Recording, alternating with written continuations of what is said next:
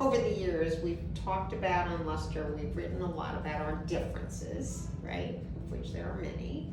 Look at us. But one of the differences is I read hardcover books or paperback books. Physical books. Physical books, thank you. And you don't.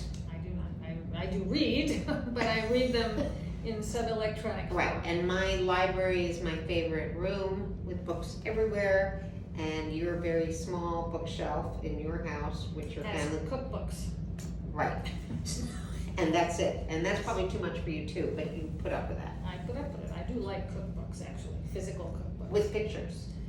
Doesn't have to have pictures, but I like having them open and spilling stuff on them. Oh, that's, when I'm I did not cooking. know that. Yes. That's very interesting. Yep. So, we read very differently, but do we find books that we like to read differently? I don't know. I mean, I find books that I want to read either because I wander through a bookstore, there's some really good, like McNally bookstores in New York that you just can kind of see, pick up or not, go online maybe and buy it. I try not to do that, but I find things that are on tables that I pick up that I like, or through word of mouth.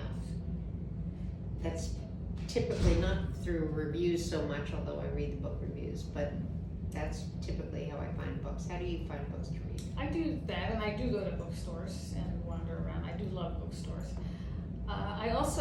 I read reviews, and I don't often trust them, but what I do that I find very effective is that I'll go on Amazon for the book, And then and I'll see what the comments are, not what the review is on it, but the comments, and I always find those interesting.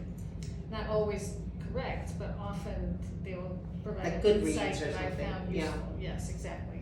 And so I buy many more books than I should, and they're all sitting there waiting for me to read, and I like that. I get panicked, for example, when I get on an airplane and I don't have a lot of books available just in case On your device? on my device. I have them in a bag, Well, which that's is really ridiculous. how you do your That's work. my way, Yes, that's my exactly. way. So do you find that you're reading the same kind of, for pleasure reading, forget work stuff, the same kind of books that you always read? I mean, the same topics, the same kinds of books that you always read, or are you finding different? I think so, actually. I read a lot of thrillers and mysteries and stuff like that. I read a lot more history than I used to read, as I find myself more and more interested in, The past? well, in the past, and as an indication of what in the world is going on now.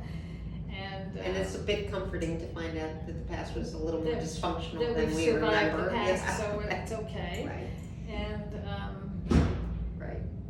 so I I think the one Very thing that's eclectic. missing from it, I agree that I still read a lot of novels, I like historical fiction a lot, I've always liked that. I don't read as much, informational kind of book, just pure informational kind of books as I probably used to when I was looking to just learn something specific. I probably don't.